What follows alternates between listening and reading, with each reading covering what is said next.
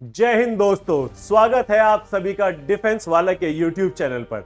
और मैं हूं x gentleman cadet Nakul Arya. आज हम एक ऐसे टॉपिक पर बात करेंगे जो कि एसएसबी इंटरव्यू में एंट्री करने के बाद आपसे सबसे पहले वो फॉर्म फिल कराया जाता है।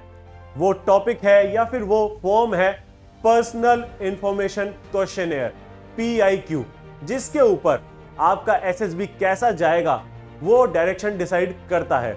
मोस्ट इंपॉर्टेंटली PIQ का रोल साइकोलॉजिस्ट और पर्सनल इंटरव्यू के दौरान आपके यूज में आता है, लेकिन जैसे ही आपका स्क्रीनिंग प्रोसीजर खत्म होता है, जो बच्चे स्क्रीन इन हो चुके हैं और 5 दिन एसएसबी में रहेंगे, एसएसबी इंटरव्यू देंगे, साइकोलॉजी टेस्ट से पहले, बाकी किसी भी प्रोसीजर को फॉलो करने से पहले आप अपना personal information questionnaire form fill करते हैं, जिसमें आप अपने बारे में, अपने पेरेंट्स से रिलेटेड, अपने सिबलिंग से रिलेटेड, अपनी हॉबीज, एक्स्ट्रा करिकुलर एक्टिविटीज से ओरिएंटेड काफ़ी ज़्यादा इंफॉर्मेशन उस फॉर्म में लिखते हैं।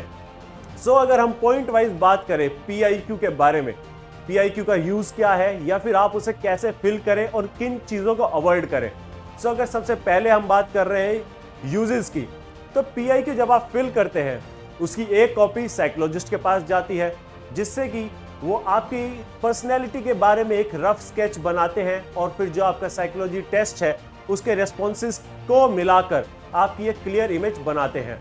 सेकंड, PIQ एक बेडरॉक की तरह काम करता है आपके पर्सनल इंटरव्यू में। जब आपका पर्सनल इंटरव्यू शुरू होता है उससे पहले इंटरव्यूइंग ऑफिसर आपके बारे में आपके PIQ को पढ़ के एक रफ इमेज बनाते हैं और फिर जैसी जैसी इंफॉर्मेशन अवेलेबल होती है उसी के डायरेक्शन में आपका इंटरव्यू चलता है। लेकिन काफी ज्यादा कैंडिडेट्स PIQ में गलत इंफॉर्मेशन लिखते हैं और कुछ अपने SSB अटेम्प्ट्स को भी छुपाते हैं और फेक इंफॉर्मेशन लिखते हैं, जिससे कि उनका PIQ ज्यादा सुंदर लगे या फिर ज्यादा भरा हुआ लगे, जिसकी वजह से PIQ ज्यादा भरने की वजह से हमारा पर्सनल इंटरव्यू खराब हो जाता है या फिर उस डायरेक्शन में जाता है जिसमें हम चाहते हैं कि वो ना जाए।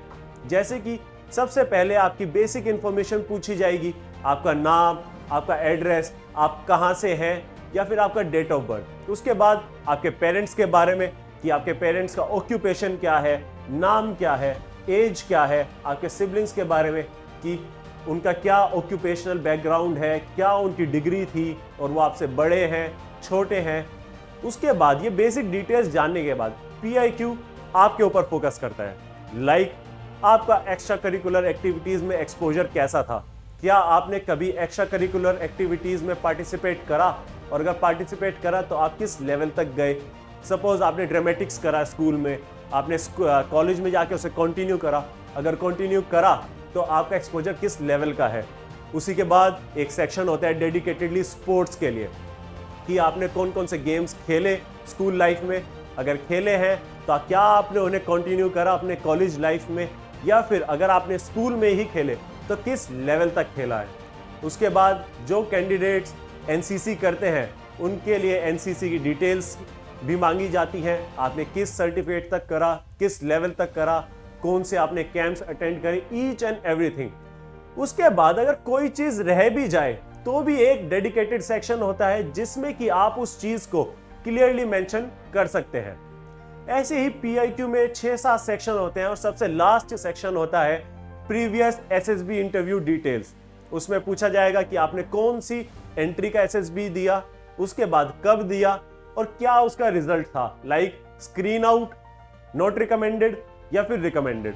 मैक्सिमम कैंडिडेट्स क्या करते हैं, अगर आपके 5, 6 या फिर 10 अटेम्प्ट भी हो चुके हैं, वो उन्हें छुपा कर 2 या फिर एक ही अटेम्प्ट लिखते हैं।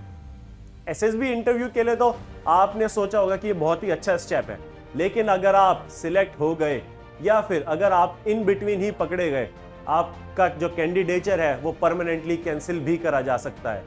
आपके SSB इंटरव्यू अटेम्प्ट्स चाहे पिछले 4 हो, 10 हो या 20 हो, कोई इफेक्ट क्रिएट नहीं करते अगर आप हर बार न्यू इंप्रूवमेंट कर रहे हो और नई चीजें सीख रहे हो।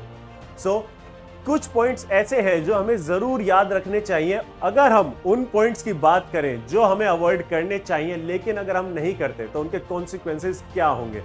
सपोज आपने कोई फेक इंफॉर्मेशन लिखी कि आपको न्यूज़पेपर पढ़ना काफ़ी ज़्यादा अच्छा लगता है, अपनी हॉबीज़ में आपने मेंशन करा, तो जब आपका पर्सनल इंटरव्यू होगा तो इंटरव्यूइंग ऑफिसर पक्का आपसे इंटरनेशनल न्यूज़ और नेशनल न्यूज़ के बारे में एक डिस्कशन करेंगे और कुछ ऐसे टॉपिक्स पर आपकी राय जानना चाहेंगे जो काफ़ी हॉट टॉपिक्स हों या फिर काफ़ी ज़्यादा इंपॉर्टेंट हो उस समय पे। अगर आपने ये इन्फॉर्मेशन फेक लिखी हुई है और आपको इसके बारे में नहीं पता, तो एक काफ़ी ज़्यादा नेगेटिव पॉइंट आपके बारे में शो करता है। सेकंड, अगर आपने क्लीन एंड क्लियर हैंडराइटिंग से PIQ फॉर्म नहीं भरा, तो अगर पर्सनल इंटरव्यूअर आपके बारे में, इंटरव्यूइंग ऑफिसर कुछ पढ़ना भी चाह रहे हैं, सपोज आपने नेशनल लेवल पे कोई कंपटीशन खेला है लेकिन हैंडराइटिंग गंदी है या फिर आपने कटिंग कर रखी है, वो उसे पढ़ ही नहीं पाएंगे। सो इंफॉर्मेशन ये थी कि जो चीज़ आपके पास है ऑलरेडी वो भी आपने एक तरीके से वेस्ट कर दी। थर्ड, आपने फेक SSB अटेम्प्ट्स लिखे, हमने पहले डिस्कस करा, अगर आप पकड़े गए तो आपका कैंडिडेचर खत्म क्या कैंसिल हो जाएगा, जो कि एक आपके लिए काफ़ी ज़्यादा नेगेटिव चीज़ है। और फोर्थ, आपने कोई भी इंफॉर्मेशन अपने PIQ में लिखी हो उसे प्रिपेयर ज़रूर करें।